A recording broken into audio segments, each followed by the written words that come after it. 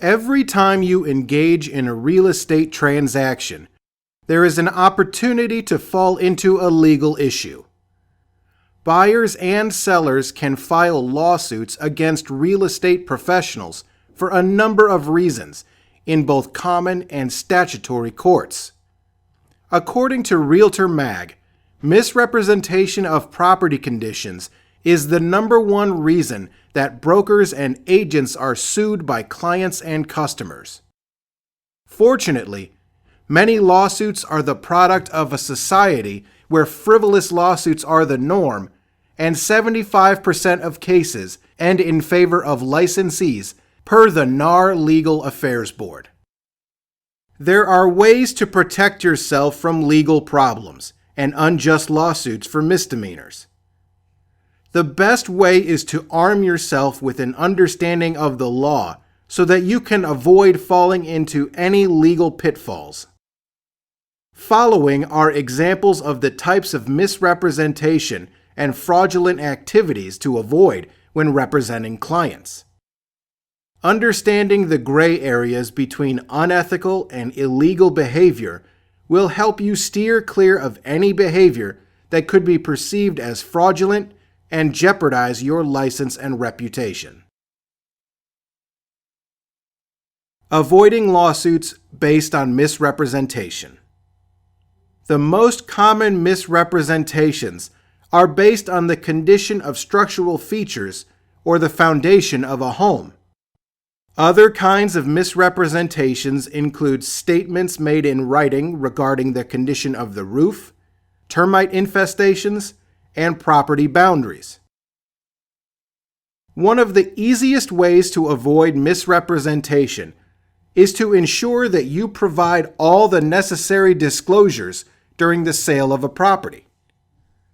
Some of the most commonly forgotten disclosures involve renovations completed with the appropriate permits, the existence of easements that complicate property improvements, environmental issues, and title issues.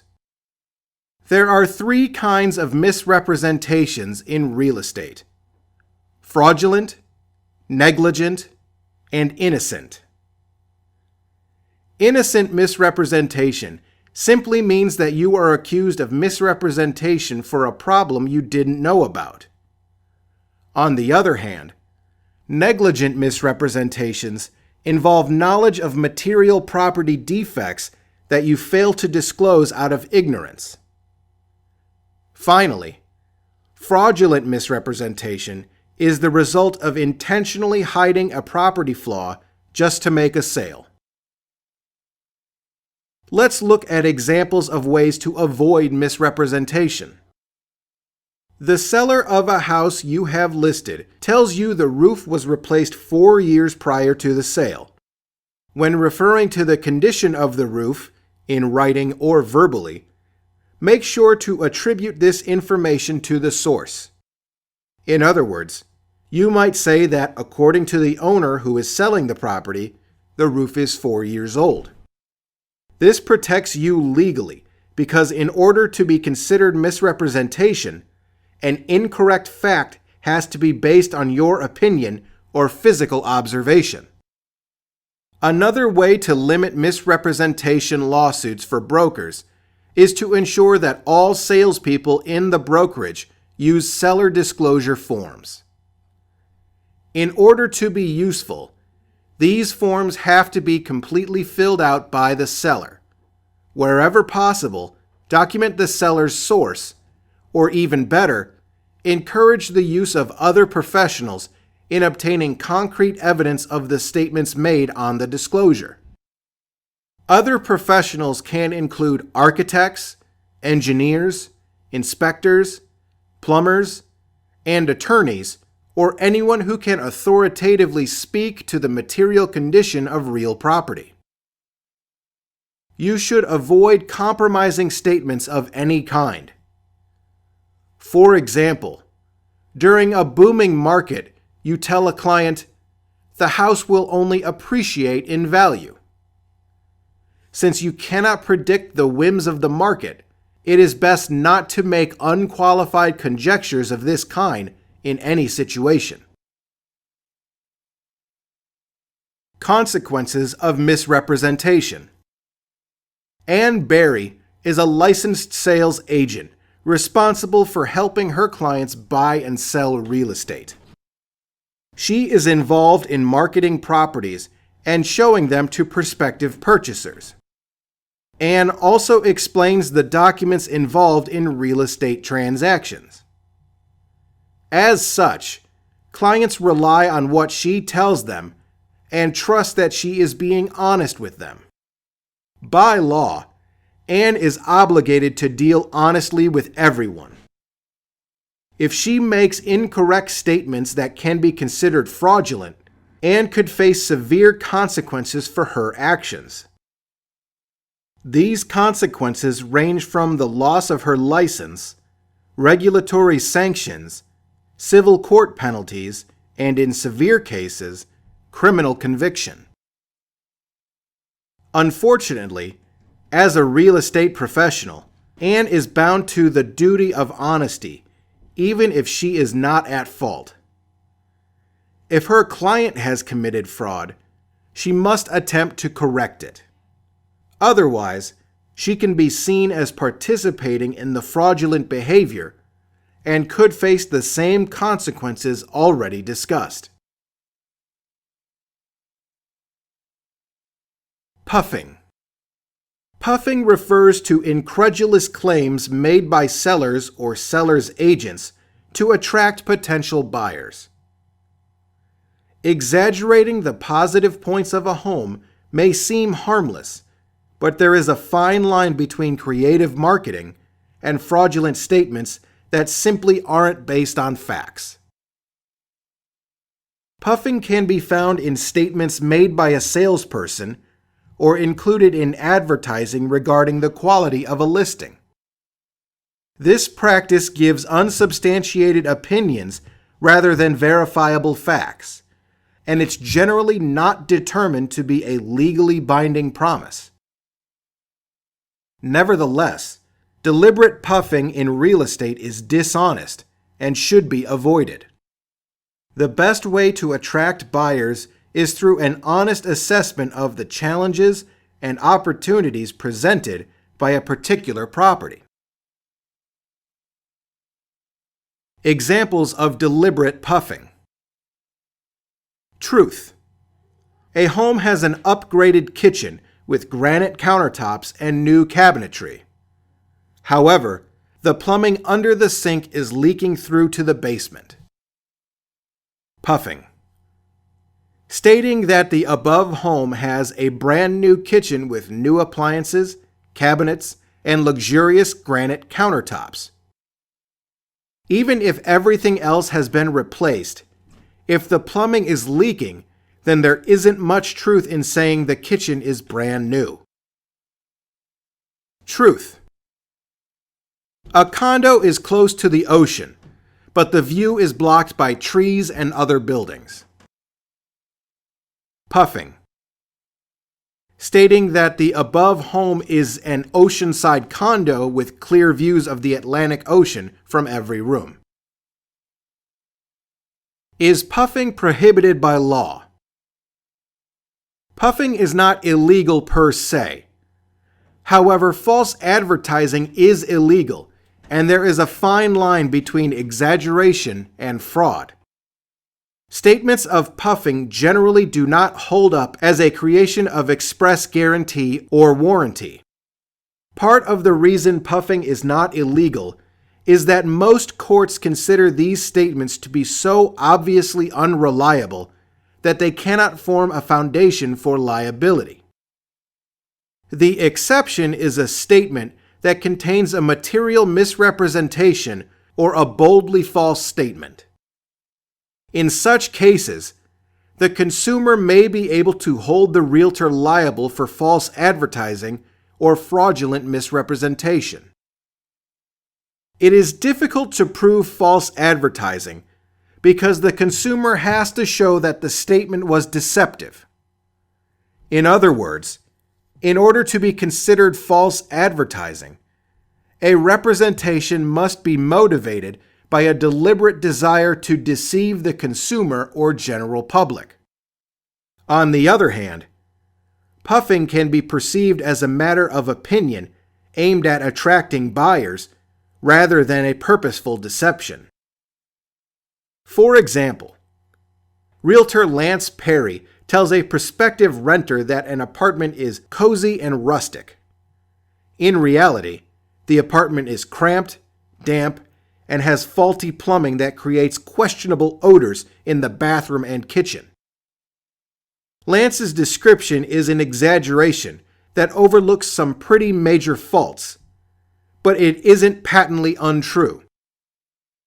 Although Lance is arguably acting unethically with his puffing, he isn't breaking the law. However, let's say he takes it a step further and states that the studio apartment has brand new plumbing and has been completely remodeled.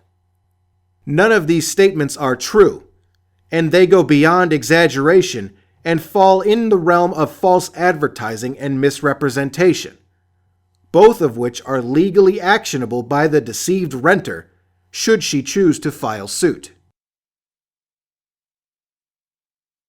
Negligent misrepresentation. Negligence is the failure of a real estate licensee to use reasonable care to uncover and reveal property defects. This duty goes further than the requirement to disclose known material defects. It requires the licensee to be proactive in discovering potential defects and issues. However, liability for negligence does not include the detection of defects outside a real estate professional's expertise. Negligent misrepresentation is making a statement that is not intentionally wrong, but is not correct because the agent or broker fails to confirm the accuracy prior to making the false statement. For example, Adam Barrister is a real estate agent showing a home he has listed through his broker. Melinda Thomas is the prospective buyer interested in a home with finished office space for her home-based business. Adam, who hasn't seen the property or discussed potential office space with the seller, goes ahead and assures Melinda that the home comes with fully finished office space. When Melinda sees that the fully finished office space is in actuality a damp room in the basement with exposed fiberglass insulation and no electrical outlets, she snaps several photos and sends them along with Adam's email describing the space to a lawyer. Adam is accused of negligent misrepresentation. Types of fraud. Fraud is behavior that is intentionally deceptive. Active fraud happens when a real estate licensee makes a claim that they know is false.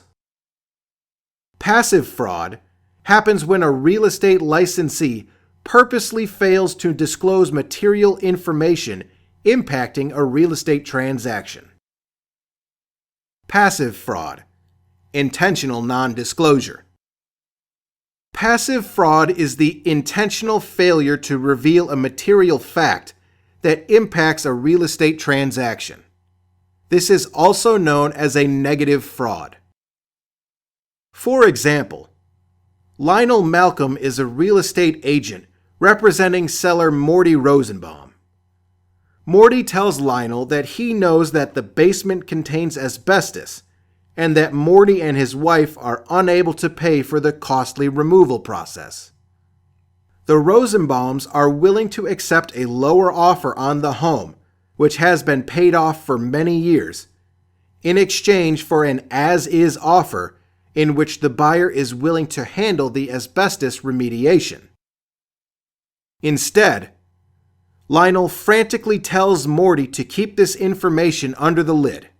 Lionel does not wish to compromise the sales prices and consequently his commission by revealing this material defect. The Rosenbaums are uncomfortable with this plan of action, but reluctantly agree when Adam informs them that this is standard operating procedure and assures them they are not doing anything illegal.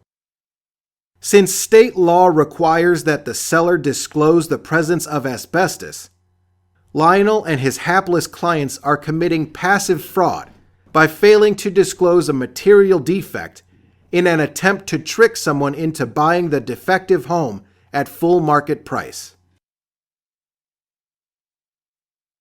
Active fraud. Intentional misrepresentation. Active fraud occurs when you intentionally deceive a person by misrepresenting a material fact that induces the person to rely upon the fact. This is also known as actual fraud. Let's look at an example. Let's return to Lionel Malcolm, our intrepid realtor with questionable decision-making skills. In this episode, Lionel has a buyer who is seeking a home with at least 2,500 finished square feet. Lionel decides that this buyer is a perfect sucker rather than a perfect prospect for the Rosenbaum's home. Now, the Rosenbaum's property does indeed consist of 2,700 square feet. However, 900 square feet of that is the unfinished basement that requires remediation to remove the asbestos before it is habitable, let alone finished. Lionel goes ahead and adds to his growing list of fraudulent actions by assuring the potential buyer that the home contains 2,700 square feet of move-in ready finished space. Recalling that Morty mentioned that he replaced the hardware but nothing else on the kitchen cabinetry 10 years earlier, Lionel throws in a blurb that the home also had a fully renovated kitchen with new cabinets and appliances. Whether or not 10 years ago constitutes new is questionable in itself, but the rest of Lionel's assertions are blatant examples of intentional misrepresentation and constitute examples of active fraud. Self-dealing.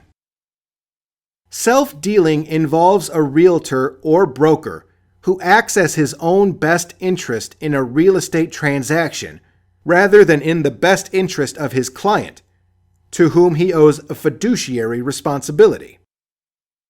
Let's see what trouble we can get Lionel Malcolm in this time. It is likely our self-serving Lionel will be quite comfortable abandoning his client's best interest in return for making a quick profit. Lionel hasn't moved the Rosenbaum's home as quickly as he'd hoped. He recalls that the Rosenbaums had been willing to sell their home at a discount to an informed buyer made aware of the asbestos issue in the basement. He decides to make a heavily discounted offer on the home himself, minus his commission of course, and present the offer to the Rosenbaums under Lionel's mother's name. This is an example of self-dealing fraud.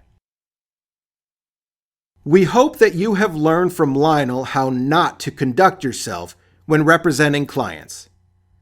In any case, it is just as important to understand these laws to avoid unintentional misrepresentation and fraud. This last example, in particular, was intentionally over the top. Things, of course, aren't so cut and dried in practice. A good rule of thumb is to ask yourself whether the decisions you are making are in your client's best interest, and to take your own considerations out of the equation. The best way to avoid a case of self-dealing is not to ever put yourself in a position where there is a conflict of interest that would make you choose between your own financial well-being and that of your client, whom you are legally obligated to put first.